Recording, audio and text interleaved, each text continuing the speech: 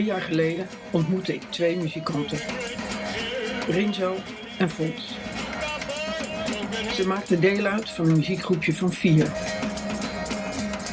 Roland en Wim woonden verderop in het land, dus die waren er niet altijd bij. Hier film ik met een klein cameraatje. Spannend, vrolijk, gekke kerels. Het publiek enthousiast.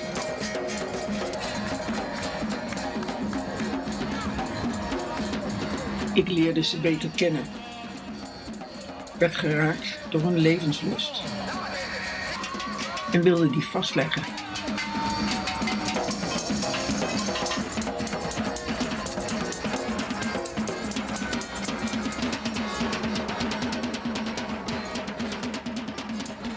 Toen ik hier kwam wonen, toen ging ik veel naar het strand.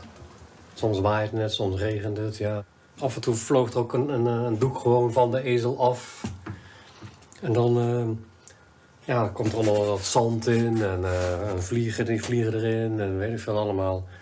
Dan krijg je wel een leuk effect. Dus ik heb er een hele serie van gemaakt. Ik geloof dat deze... Nou, mijn neefjes die wonen er ook en die waren zo groot. Of die zijn zo groot. Bij een van die schilderijen hebben die ook gewoon... ik zeg nou, hier is de kwast. Dus gewoon met een paletmes en met een kwast hebben ze er gewoon in zitten rommelen. Ik had ook namelijk gehoord dat er zo'n enorm windmolenpark komt voor de kust van Zandvoort. Dus ik dacht, nou, dan kan er nog net wat schilderijen maken zonder windmolens. Ja, het meest... leuk om te doen vind ik het toch wel echt het vrije werk, het wat ruigere werk.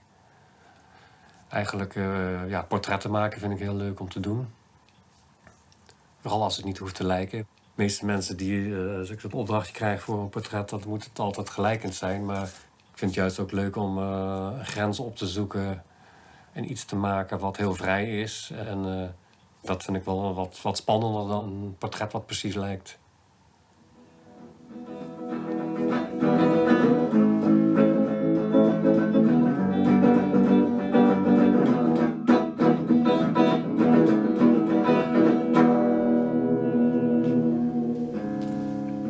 Gitaar. Ik ben van kinds af aan al een soort verzamelaar geweest en op een gegeven moment krijgt het wel een plek. Dus als ik iets zie en ik denk van hé, daar kan ik iets mee, dan meestal met kringloopwinkels of gewoon op straat, rommel, rotzooi. Dan sjouw ik dat mee en dan op een gegeven moment dat ik een idee krijg, dan komen die spullen vaak bij elkaar. Dan weet ik gewoon van hé, dat kan erbij en bla bla bla en dan begint het te werken. Ik heb ook een heleboel oude radio's. Die gebruiken wij als versterker. Zo zijn wij begonnen ooit in pakweg 65, 66. Eerste bandje met een bij elkaar geraapt drumcelletje. En dan zelf dingen maken natuurlijk.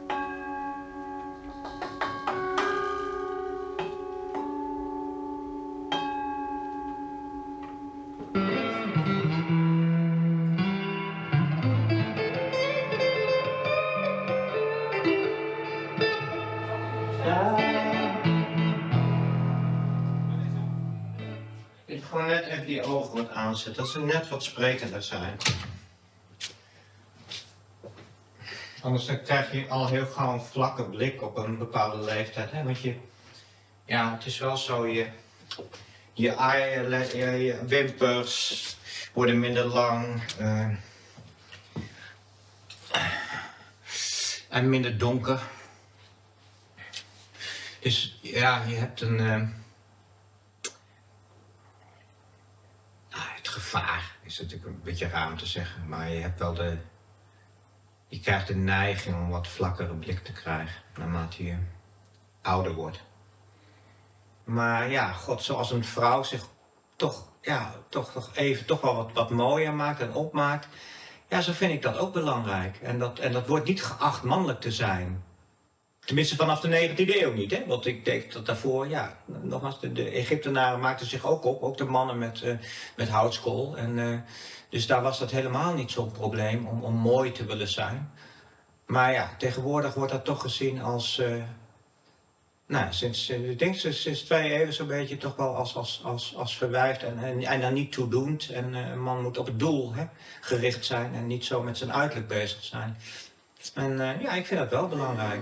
Prima. Dat was ook nog mooi bij elkaar. Maar dan weet ik niet precies wat dit dan weer voor een... Dat is een A7. Ja, die 7, ja. Die kun je ook zo pakken. Het tweede couplet heb ik gewoon in één kort en een beetje veranderd. Just like a feeling when I was so young. To be, en dan jullie, oh yeah. To be zingen we ook mee. Ja. To be. 3 keer. Just like a feeling when I was so young. To be. So hard to find. You walked away, you couldn't stay. Just like a feeling when I was so young. When I knew to be. Oh yeah. En oh yeah. Dan zingen wij alle tekst mee. Als laatste nummer. We zien het wel gewoon. Het ligt eraan hoe het gaat, toch? Ik vind het wel mooi. Stonden ze met de bulldozers tegenaan te drukken om die om te laten vallen, weet je wel. Er kwam er net iemand van de gemeente, maar dat is helemaal weg geweest, alleen die buur die stond er nog. Mooi hoor. Ja. Maar die krijg je niet zomaar om hoor. Nou, daar heb ik zo'n dik boekwerk van om dat te kunnen behouden, weet je wel. Maar dat was echt een klote tijd. Want ze wilden ook allemaal uitlaten op het dak zetten. Maar dat heb ik ook tegen kunnen houden. Van, ja, dat het zo origineel mogelijk is, weet je wel. Kom, even wandelen? Ja. Dat is een pelletkachel, hè? Ik ook. Ja, dat is een pelletkachel.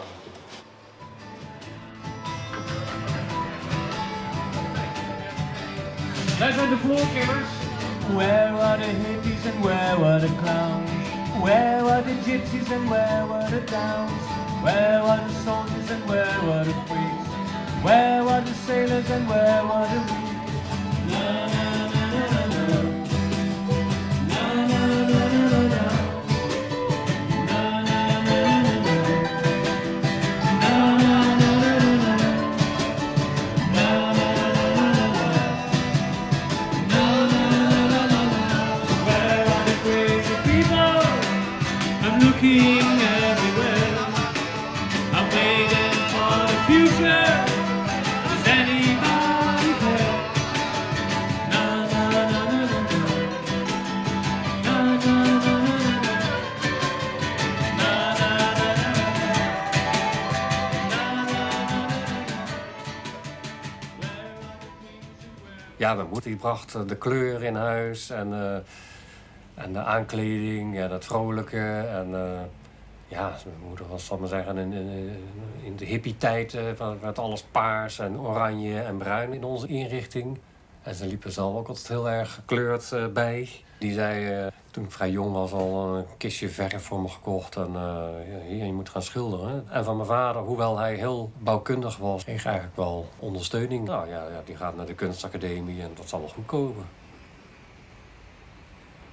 Ik hou natuurlijk van pop-art en van Roy Lichtenstein, Andy Warhol, die knallende kleuren. Karel Appel, dat is niet een pop-art kunstenaar, maar die knallende kleuren, ja, vind ik echt gek.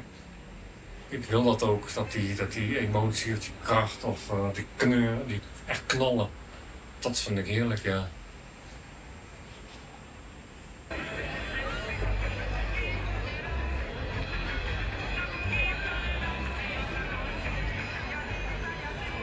Als kind al vond ik het gewoon leuk om in het centrum van de belangstelling te staan. Maar niet zozeer omdat ik dat nou wilde of zo, maar dat was een soort natuurlijke behoefte. Een soort spelen. Dat is mij op een gegeven moment mij dat afgeleerd helaas. Dat was een vroedvrouw die dat deed. En daar deden wij allerlei toneelstukjes samen met een broer van me. En dat heeft zij toen afgekapt. En pas veel later is dat weer teruggekomen. Dus dat is eigenlijk wel een heel gek gegeven geweest. Dat iets wat je als kind gewoon graag wil, dat afgekapt wordt. Het kwam erop neer dat wat ik deed niet goed was. Het is een beetje wat kinderen ook meemaken als ze aan het zingen zijn. En de meester zegt van jij kan niet zingen. En daarna zingen ze gewoon nooit meer. Want jij zingt vals.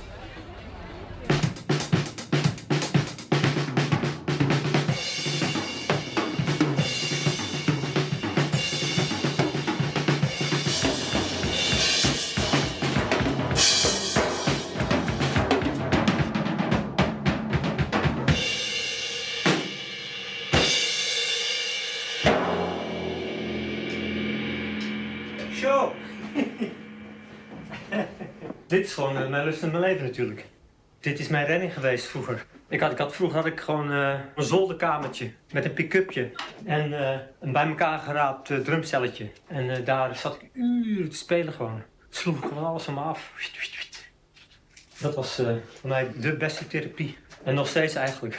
Het is gewoon lekker gewoon. Dan kom je echt in een andere wereld terecht. Doordat de drummen, dan gaat het allemaal stromen. Hè? Ik ben nu totaal een andere persoon als daarnet. Van binnen. Gewoon, er komt weer iets tot leven, zeg maar. Ja, stukjes heb je net gehad. Hè? Nou, beetje bot. Dat je nu wat minder aandacht krijgt. Zo. Ik had het als jonge man al. Dat ik heel graag in mijn eigen wereldje zat. En soms zelfs wel al op de lagere school. Al wel vrienden een beetje afweerden. Zo van die kwamen dan komen om met mij te spelen. En ja, dan wilde ik eigenlijk niet dat ze in mijn privéwereldje kwamen. En later op de middelbare school zat ik ook wel heel graag in mijn eigen wereldje. Maar goed, ja, nu en dan kan het je ook heel erg naar de keel grijpen. Hè? Dat je gewoon ook het idee hebt dat je ja, de band verliest met de werkelijkheid en met anderen. Soms heb ik het gevoel dat ik wel zo diep in mezelf kom te zitten dat ik eigenlijk een soort bodem raak. En dan is het niet meer prettig. En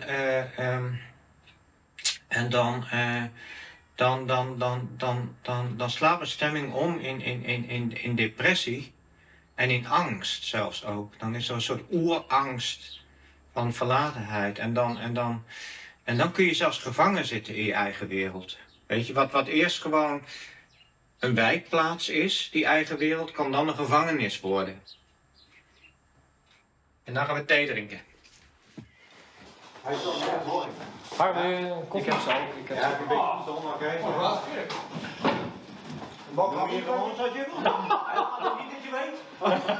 Het gaat goed komen. Ja, ik had er even in de hoofd van, gaat het jou bedoelt het nou al? Nee, dat gaat Of stort hij in? Maar nee. Ja, hij heeft zichzelf weer herpakt. exact. Ja, dat is niet als het ernaar zijn. Nee, dat hoeft niet. Ik doe er wel even. Ik denk dat dat makkelijk is. Ja, ik doe er wel even.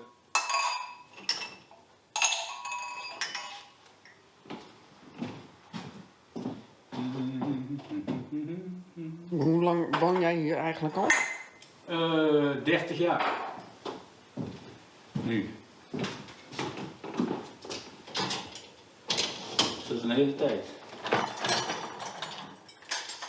En naar tevredenheid? Oh, lief? Naar tevredenheid? Ja, met z'n ups en downs, hè. Je bent vorig jaar gescheiden? Officieel, ja. Ja. Maar... ja, daar wil ik niet over hebben. Nee, maar ben je daar op zich aan gewend? Maar nee, dat werd niet. Dus,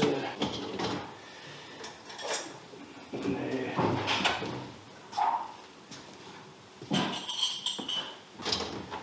Zo, ik ga muziek maken, hè?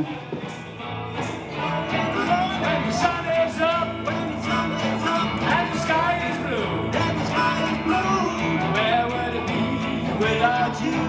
Where would it be without you?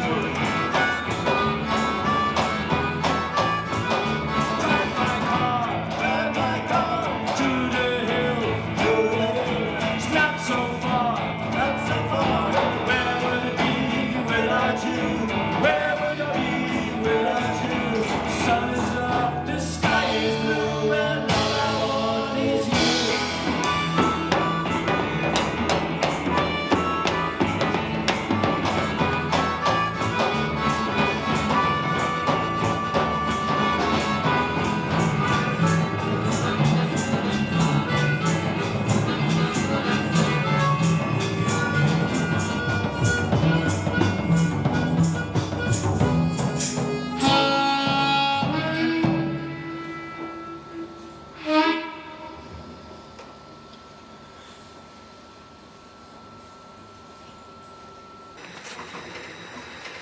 Op 60 graden heeft hij de meeste lijnkracht.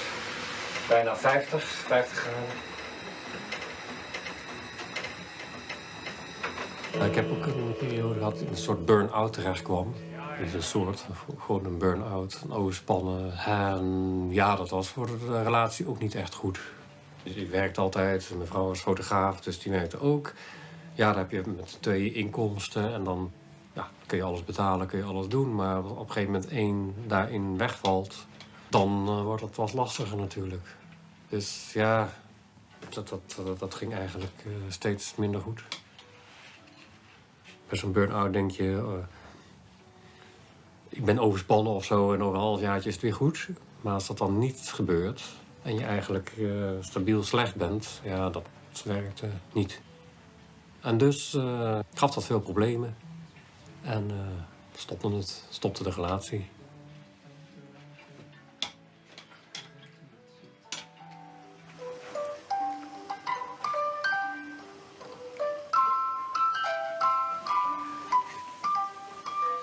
Hier heb ik met kids mee gespeeld, hè?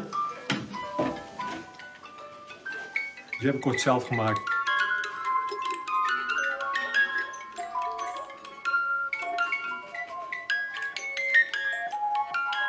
een gegeven moment ben ik getrouwd. Er kwamen 4 kinderen. En daar heb ik af en toe, moet ik ook eerlijk zeggen, omdat ik zo bezig was met mijn eigen dingen, af en toe ja, het er een beetje bij laten zitten. Laat ik het zo zeggen. En op een gegeven moment gaan scheiden ook, nou, die hele ellendige toestanden. Het heeft wel echt grote consequenties gehad naar mijn kinderen toe. Bijvoorbeeld met mijn oudste dochter is het op een gegeven moment gewoon niet goed gegaan omdat hij ook in de scheiding zat. En omdat ze in zo'n dip zat, krijg je gewoon heel veel terug van hoe zij de relatie tussen mij en mijn ex gewoon heeft ervaren. Dus dat krijg je dan terug. Dit liedje heb ik dus gemaakt voor mijn dochter, waarbij het zo slecht ging. Beautiful flower, how could I forget?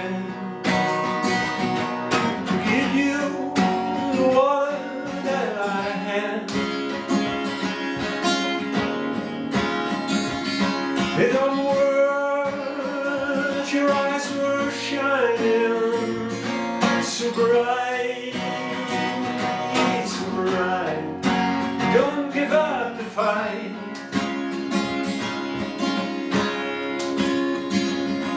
The rivers will flow wherever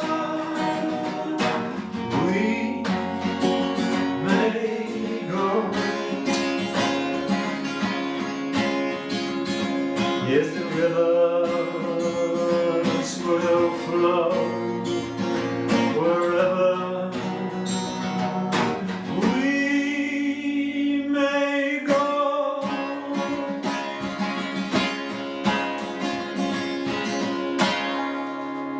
Maar dat raakt me nog steeds eigenlijk. Ja.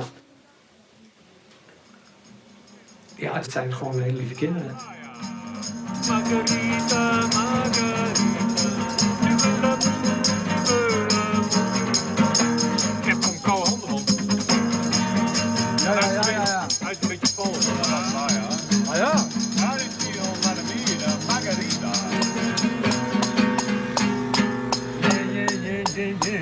Yeah. Hey! Off on your way.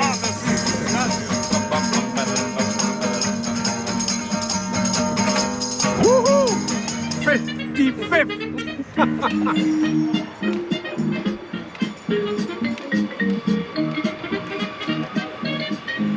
Toch wel gek. Als je de Floorkillers ziet, dan denk je leven de lol. Als je even dieper graaft, dan kom je allemaal ellende tegen. ja. Oude makkers, hè? Oude knakkers. Ja.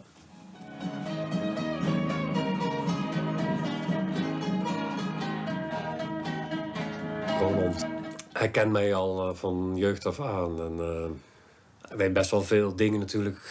Ook van die kerk of secte waar ik bij zat, dat kent hij ook allemaal, dat hele verhaal. Dus hij weet dat. Ik kan daar met hem heel makkelijk over praten, want hij heeft het zelf gezien en meegemaakt. Over hem hoor ik ook dingen. Want hij Dan komt hij af en toe voor de deur en dan heeft hij een jurk aan bijvoorbeeld. Dus dan vraag ik, ja, Roland, vertel. hoe kan dit of waarom? Weet je, dus we zijn wel heel open naar elkaar, ja. Nou, ik stap toen in een soort religieuze beweging, een soort secte. Je bent jong, 17, 18, 29. In die leeftijd ben je op zoek van wat is het doel van het leven, zingeving, wat ga je met je leven doen.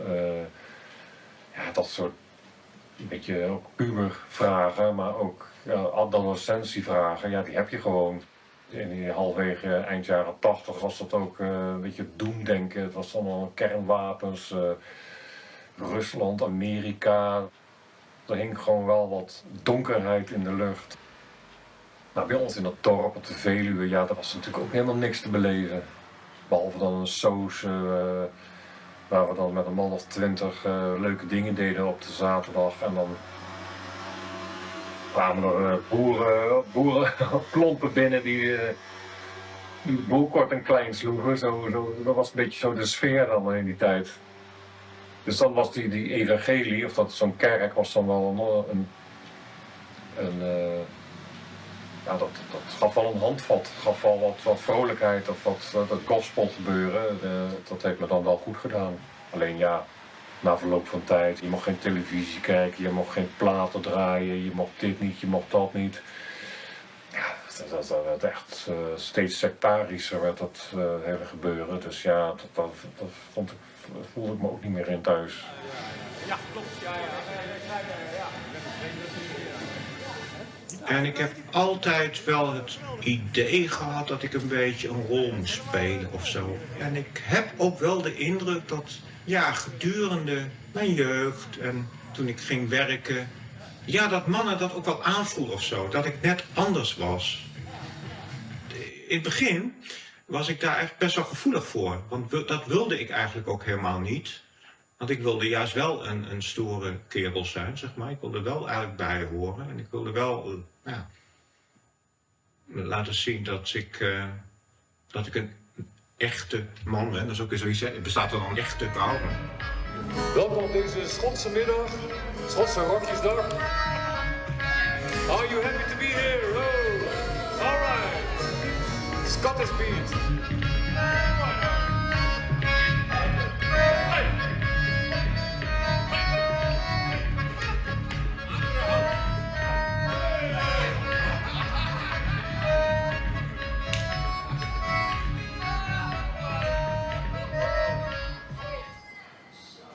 Dat wordt mij vaak verweten, dat ik te veel over mezelf praat als ik binnen een gezelschap ben. Dus ik heb nog geprobeerd daar een beetje aan te passen. Dat heb ik echt zo'n 30 jaar gedaan. Gewoon gemediteerd, zeg maar. Dus stil worden en dan naar binnen keren en voelen wat er aan de hand is. Je kunt fysiek heel expressief zijn. En ik denk dat ik dat ook ben. Maar dat is mijn onderzoek in feite geweest steeds. Van hoe zit dat in elkaar? En op het moment dat je gaat mediteren, dan word je ongelooflijk geconfronteerd met je, in feite in eerste instantie met dat hoofd wat maar niet stil wordt. Dat gaat maar door.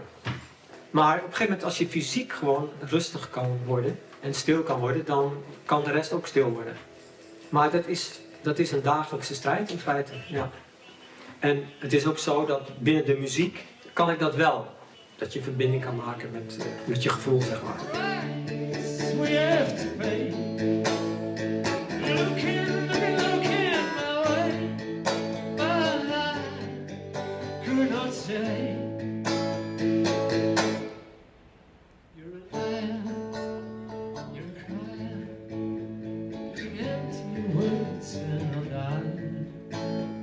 You're crying, you're alive, but I want to be touched by your fire. Voilà. Zij kan zo geweldig mooi met taal spelen, Marieke, Lucas Reineveld. Daar kijk ik heel erg tegenop, hoor. Zo. Maar ja, zij is eigenlijk met hetzelfde bezig, alleen in tegengestelde richting. Hè? Maar ik had 2 gedichtjes gemaakt. Zeg ik, deze 2 krakkemikkige gedichten. Om je te laten weten dat ik je erg waardeer. Als mens en als schrijver. En dat ik veel van wat jij beschrijft in spiegelbeeld beleef. Het eerste gaat. Omdat ik nooit iets anders baren zal dan zorgen en onbaar. Nooit iets anders zal zogen dan dromen en angst. En alleen bloeden kan uit gescheurde huid. Mijn lijf slungelig lang, mijn bekken te smal voor fontanellen. Omdat ik het echte meisje met de zwavelstokjes ben. En omdat de man in de straat zijn keel schraapt om de gesuikerde, bittere misleiding die hij bijna had geslikt. Daarom koester ik des te meer het ontastbare meisje, gevreemd, drijvend in het spiegelglas. En het volgende gedicht gaat. Lieve Marieke Lucas, ik droomde van een tussenpersoon die woord en stilte verbond. Een kuslijn, het hier en daar. Ik hield daarom van Adriaan, tussen haakjes Roland Holst. Peinzend en starend en prevelend aan de zee. Maar misschien zou ik het meest kunnen houden van iemand tussen de jongen en het meisje in mij. Tussen bovenhuids en onderhuids, binnen en buiten. Zichtbaar en onzichtbaar. Als het wateroppervlak, een spiegel. De spiegel zwijgt. Onder het zwijgen spreekt een andere wereld. Ik zou graag naast jou zitten tussen mens, aan zee en zwijgen en ademen. En zo even en toch eeuwig gelukkig zijn. Zij zit heel graag aan zee. En ik ook. Dus zal ik het gaan opsturen, Marieke? Wie weet ga ik dat doen. Kijken of ze erop reageert. Nou. Het beeld de jachtige maatschappij uit. Hij moet nog een koffertje hebben. En nog een telefoon in zijn hand. En dan is hij compleet. Meestal krijg je de meest boeiende beelden als je dingen laat ontstaan. Dus niet zelf jouw afdruk per se te willen geven. Dus per se iets te maken wat je wil. Maar vaak is het meest interessant als je dingen laat ontstaan. Dus, ik heb dus het beeld horizontaal gelegd en daarna de warme was eroverheen geschud. Dan krijg je die druppels. Als je het dan rechtop zet, dan is het net of dat beeld snelheid krijgt. Dan heb ik hier een stuk was.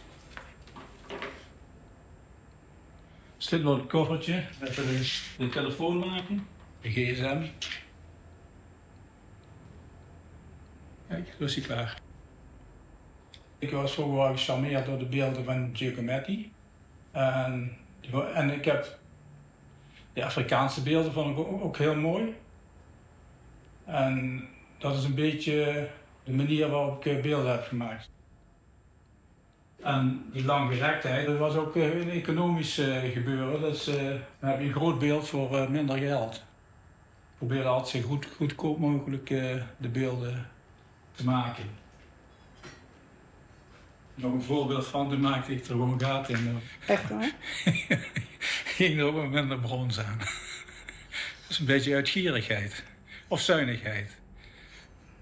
Ja, betere noodzaak misschien. Noodzaak ook wel, want de galeriehouder die slokt alles op. Daar ging het geld naartoe. Ja, dat is een totaal ander beeld, maar dit is echt iets waar ik, heel extreem, die houding is heel extreem, maar dat heeft dan toch wel een bepaalde, sensualiteit. En dat vind ik toch ook wel leuk om dat te doen, dingen te overdrijven, zeg maar. Een flinke kont. Ja, ik vind het leuk om nieuwe dingen te doen, dus niet een bepaalde, dus hier met dat feutusje. Dat is dan weer heel ingetogen en zoiets, dat is dan weer boeiend door gewoon een stukje borduursel wat ik in een tweedehands winkel gekocht heb om dat te gebruiken als jurk voor dit figuurtje. Dit was een goochelaar ook. Dit zijn gewoon papier-maché dingen. Ik vond het wel heel leuk om daar mee te werken ook toen.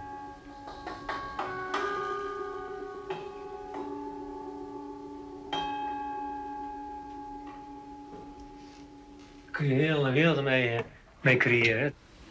En voor kinderen is het echt fantastisch. Die gaan helemaal daarin mee. Dus dat vond ik toen ontzettend leuk om daarmee te werken. Ik ging zelfs zo ver dat ik op een gegeven moment, toen ik logopedist was, op een gegeven moment had ik alles voor elkaar, ook in een ex-tandartse bus, in mijn behandelruimte, had ik ook een hele poppenkast gemaakt. En voor sommige kinderen waarbij de taal niet op gang kwam en bang waren, die kon je dan helemaal meekrijgen gewoon. Ook kinderen die bijvoorbeeld nachtmerries hadden, en dan vroeg ik, waar ben je dan bang voor? En dan waren ze bijvoorbeeld bang voor een slang. En dan maakte ik gewoon een slang en dan ging ik daarmee spelen. En dat werkte gewoon perfect.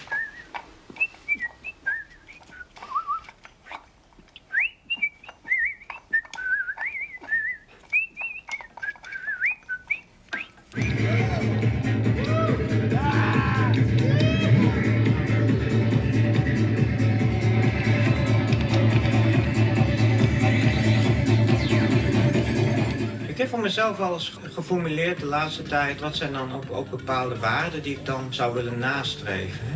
Ja, met het risico van enigszins een narcistische invulling, dat toch dingen als liefde, zachtheid, sensualiteit en schoonheid, dat er toch eigenlijk wel 4 dingen zijn die bij elkaar horen en die je niet zo direct aan mannelijkheid verbindt, maar misschien eerder toch aan vrouwelijkheid. En dat er toch eigenlijk wel dingen zijn die ik toch eigenlijk wel heel erg fijn vind of zo, om dat als kern te hebben in mijn leven. En van daaruit eigenlijk,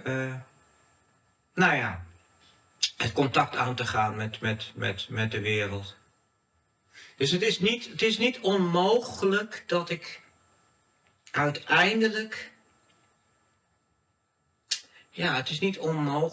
uiteindelijk, zelfs zou besluiten om helemaal in transformatie te gaan. En waarbij ik dan terugkijkend op mijn leven, zou het ook wel het zou interessant zijn om te zeggen van, tot een bepaald leeftijd heb ik mij aangepast aan de mannelijke identiteit. En het laatste deel van mijn leven heb ik mij geïdentificeerd met de vrouw, of met het vrouwelijke.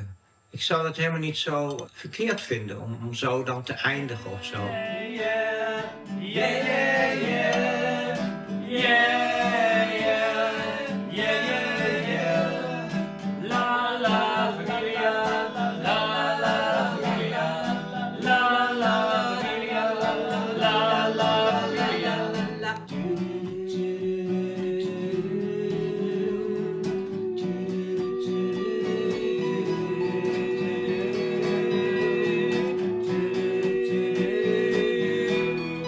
Het is natuurlijk jammer dat Roland en Wim zo ver weg wonen. Dan hadden we gewoon meer kunnen, Die stond kunnen repeteren zoals nu bijvoorbeeld. Het is gewoon heel erg leuk. Maar het groeit. Het groeit gewoon en dat is heel belangrijk. Het is toch een welkome afwisseling van het leven in Limburg. Dat is toch wel een beetje anders dan in Amsterdam. Wim heeft gisteren gedanst. Dat was top. Ik was bijna net zo goed als Fons. Dat maakt helemaal niet uit. Nee, maar dat... Ja. Het zijn gewoon 4 verschillende karakters die er gewoon toevallig bij elkaar, of niet toevallig bij elkaar. En we creëren gewoon leuke dingen gewoon nu. Hoe belangrijk is muziek? Ja, dat is gewoon heel het leven. Het is gewoon de uitlaatklep voor de ziel. Ja. Muziek is helend. Ja, dat is een goeie. Ja, het is gewoon zo. Nou, ik vind het gewoon een hele mooie vorm van communicatie. Het is gewoon heel direct. Je kunt binnen jezelf contact krijgen met een soort poëzie, zeg maar. En dat is een veel directere taal dan gewoon de taal die je normaal gesproken via je mind gewoon gebruikt. En als je dat als muzikant gewoon kan delen, dat is gewoon fantastisch. Het is gewoon een soort universele taal die gewoon waar iedereen contact mee kan hebben. Dat heb ik niet als ik schrijf, weet je wel. Je schrijft natuurlijk wel met het publiek of zo voor ogen, maar Je hebt niet die communicatie die we hebben soms als alles op zijn plek valt. Hè? Ja. Als een speler, dat is heerlijk, man. Dat is gewoon, maar dan voel je ook dat je deel uitmaakt van een groter geheel even. Ja, precies.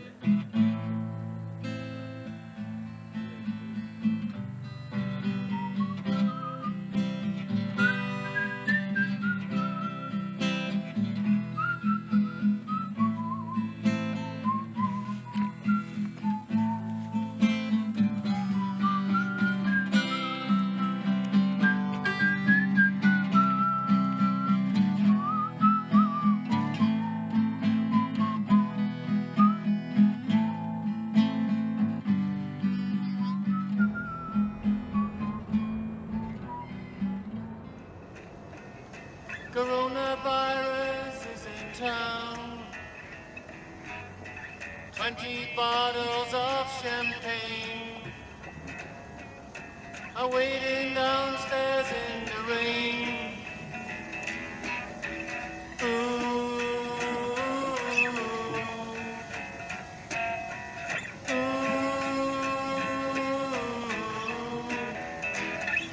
Things that you love are the things that you do.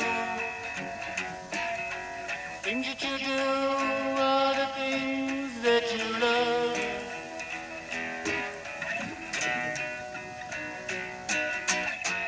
Ik zat een schilderij op, dus ik heb het omgedraaid. Dit opnieuw geprepareerd, dat linnen. Dus het is alsof het een soort... Bijna of het een soort virus op dat doek zit.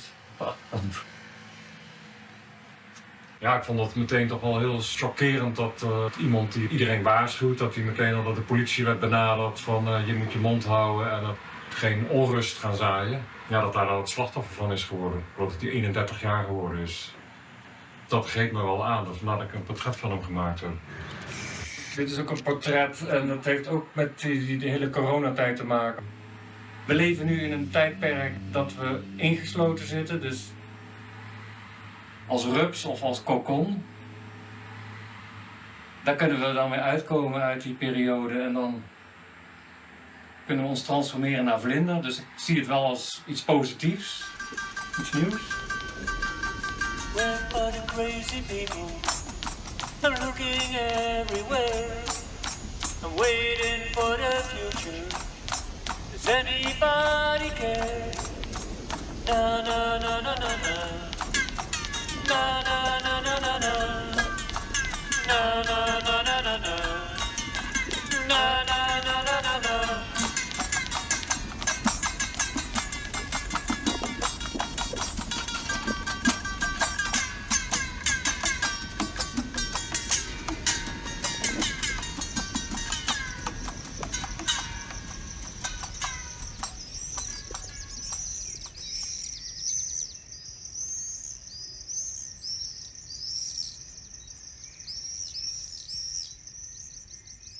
Ooit een ruïne gekocht, opgebouwd, met de familie, met vrienden.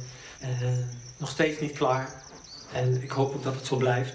Gewoon knutselen daar. En wat ik daar heel erg geleerd heb, is gewoon dat je gaat zien hoe de natuur werkt. Ik zie gewoon al die beestjes en dingen om me heen. Dus op het moment dat je daar oog voor krijgt, val je van de ene verbazing en verwondering in de andere. Dus dat je ziet hoe vogels hun kleintjes grootbrengen en beestjes dienen, de andere beestjes enzovoort. Dus dat die hele cirkel in de natuur, dat is echt magie. Dat is echt fantastisch. Het is ook, als ik daar kom, het eerste wat ik doe is gewoon een groentetuin aanleggen. En dan aan het eind van de rit kun je er gewoon van eten. Het is een hele vruchtbare grond daar. Dat is ook wel heel bijzonder. En dan is het gewoon leuk om daar weer andere mensen, zoals de Floor Killers, om daar gewoon te gaan kijken van wat kunnen we hier doen. En dan het avontuur in. Gewoon muziek maken.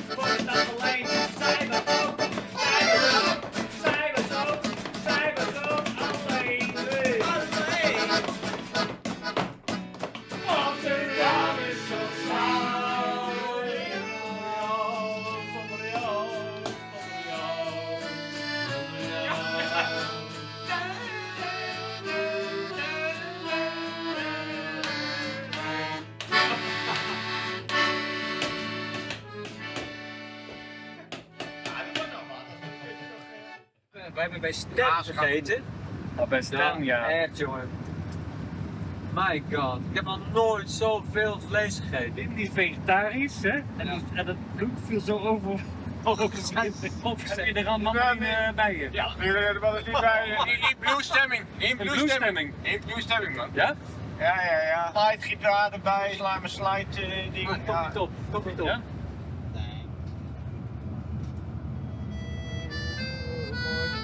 Alone and palely loitering, the sedges withered from the lake, and no birds sing.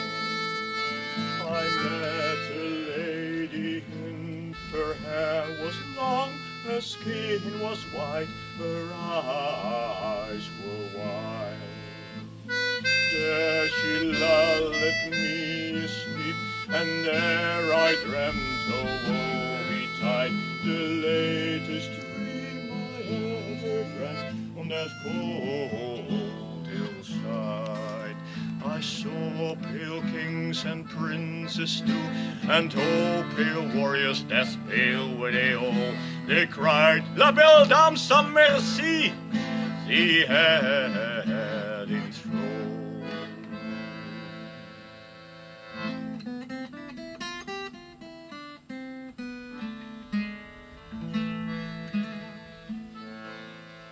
Ja, hij is in slaap gevallen.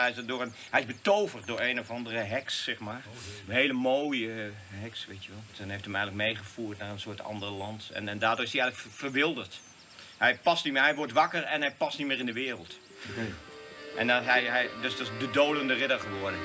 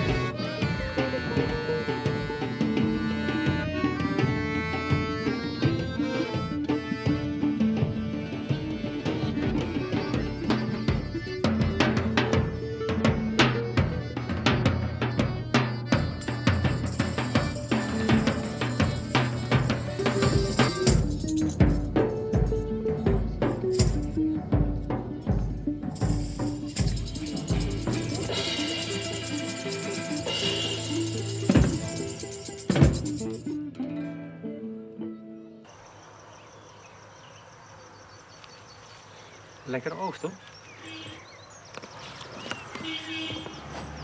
Daar is die. Is dat Wim? Ja. Ja, topkar. Het lijkt een beetje op zo'n SUV-wagen, denk ik. Dat zou ik niet tegen me zeggen.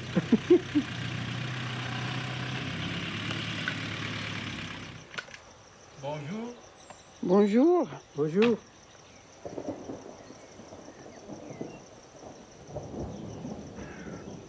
Je bent echt een paar keer gewoon opeens weggegaan. En je zegt het niet. Ja, maar ik hoef er geen verantwoording af te leggen. Ik heb de vrijheid om te gaan en staan waar ik wil. Ja, maar natuurlijk. Maar daar hebben we het niet over. Wat ik dan bij jou voel, is dat jij gewoon heel veel alleen bent. En gewoon je eigen dingetjes alleen maar doet. Dan vraag je het niet, maar je zegt het alleen maar. Wim, wij maken ons dan zorgen. Wat is er met Wim? Nou, we dachten echt... Laat het even doordringen, ja? Nee, wat is Wij dat? maken ons dan zorgen van, wat is met Wim aan de hand? Precies. Wij Voelt hij denken zich echt- ziek? Voelt hij niet goed? Gaat hij niet goed met zijn kinderen? Heeft hij gebeld? Heeft hij opge... Ja, dat wel, ja. Nee, Wij maken ons zorgen dan om jou. ik ben gewoon een alleen solitary man. Ik ben niet gewend om in een groep te zitten. Ik doe waar ik zin in heb. Ik ga geen 2 dagen weg of zoiets. Ik ga gewoon even, ik ben even met die bus weg. Nou, als dat nou niet kan. Nee, maar je maakt je zorgen omdat je om iemand geeft. Omdat je, jij bent wel een stemmingsmens. Jij kunt ook wel in een bepaalde, wat depri-stemmingen komen. Ik ken dat ook wel. Ik heb ook van die rare stemmingen. Als je zo in het leven staat, dat je bij elke ding, en ik heb het idee dat hier iets is van direct in paniektoestanden denken. Oh, wat zal er mee gebeurd zijn? Oh, als er maar niks overkomen is, zo maar op. Ja. If you want to support our band, we are from Amsterdam, Holland. We came all the way to here. It's a beautiful city here. We love it. Hope you enjoy the show. The last song is called Billy the Kid. You know Billy the Kid? Burn, burn, burn. Let the fire burn. Burn, burn, burn. Let the fire burn. Bye, bye, Billy the Kid. Rock and roll in the grid. Bye, bye, Billy the Kid. Look out, boy. Don't get hit.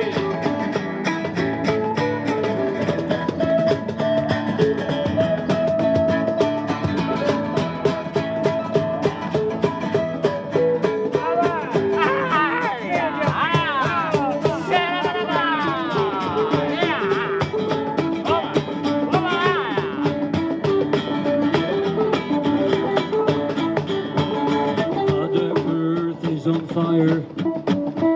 It's on fire! Mother Earth, my desire. My desire!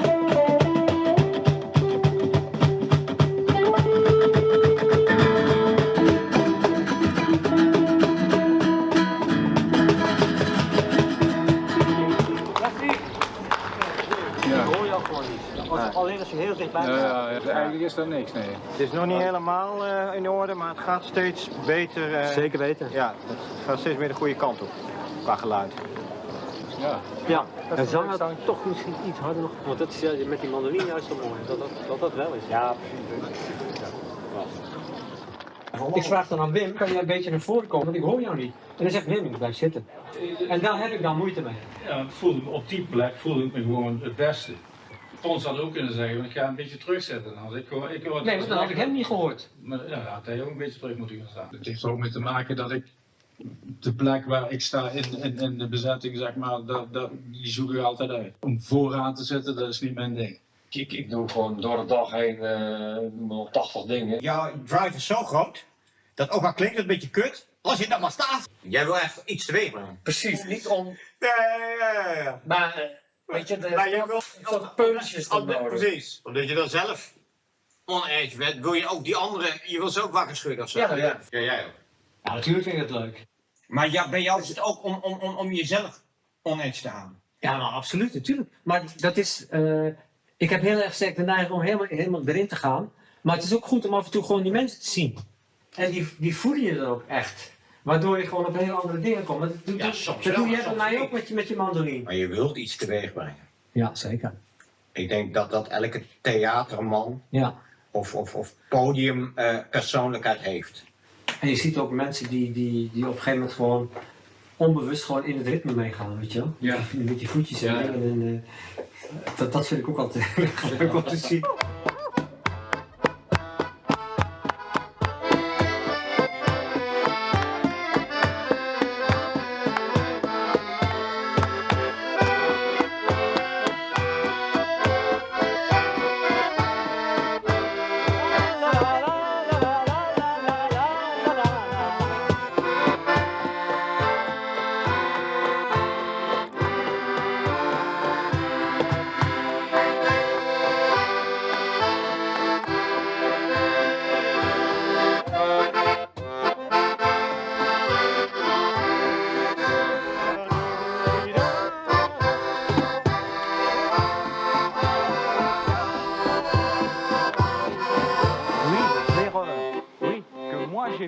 Dat vond ik heel mooi van die man ook. Hij zei ja, ik kan geen instrument bespelen, maar van binnen kan ik het voelen. En ik zou heel graag ook willen spelen, maar de tijd is nog niet rijp daarvoor. Mijn vrouw wel, maar ik nog niet. En misschien komt er een tijd dat ik op een gegeven moment ook een instrument pak en dan ga spelen. Non mais, la dame. Oui, oui, oui. 5 minutes. Ja, oké. Allee, hup. Oké? Thank you very much. Die man had een hele mooie verbinding van binnen, zeg maar. Wat zijn vrouw deed, voedde hem ook. Maar hij was er zelf nog niet aan toe. Ja, hoe mooi is dat? Ik vind dat dan weer een heel bijzondere ontmoeting, weet je wel. Met zo'n man die dan opeens dan uit het niets dit zegt. Zijn vrouw kanker en die heeft hij dan met natuurlijke middelen kunnen genezen. En zichzelf ook. Ja, hoe bijzonder is dat toch? Sa mère lui demande, Pernette, qu'avez-vous? Avez-vous mal de tête, ou bien le mal d'amour, ou bien le mal d'amour? Donnez Pierre de fleurs, la la la la la la la. Donnez Pierre des roses, et moi de mille fleurs. Bien moins triste au soleil. La la la la la la la la la. La la la la la la. Pas beau ça? Ja, oui. Entre autres, hein, je sais pas. Oui, oui, oui, je dis des sons. Oui, oui, oui. Ah bon, pardon? On a passé un bon moment. Oui, oui, oui. Très bien, très bien. Malade. Merci beaucoup. Merci à vous aussi. De groet aan Mick Jagger natuurlijk.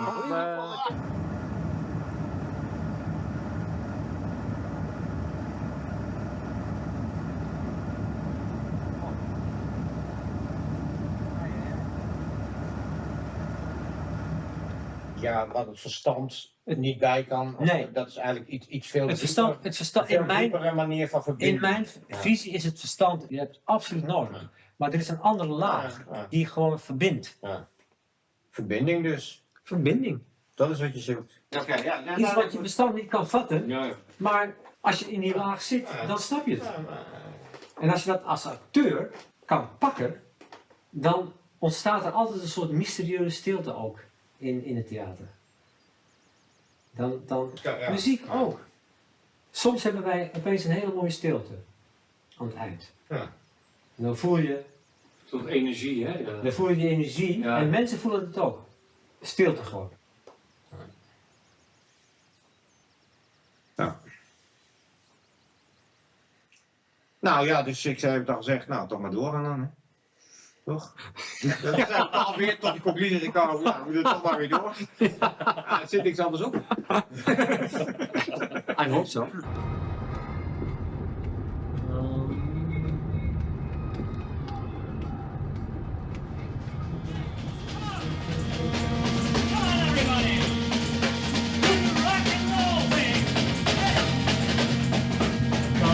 Together, bombs are falling in heavy weather.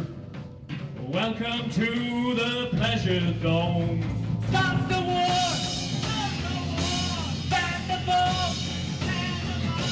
Stop the war! Come on, everybody, let's down together! Bombs are falling in heavy weather. Bombs are falling in heavy weather. Ban the bomb! Stop the war! Ban the bomb! Stop the war! Hey! Hey! Hey! Hey! Hey! Hey! Hey! Stop! Stop! Stop the war! Ban the bomb! Thank you! Oké, zullen we nog één laatste nummer doen? The Crazy People, oké. Where are the hippies and where are the clowns? Where are the gypsies and where are the towns? Where are the crazy people? I'm looking everywhere. I'm waiting for the future. Does anybody care?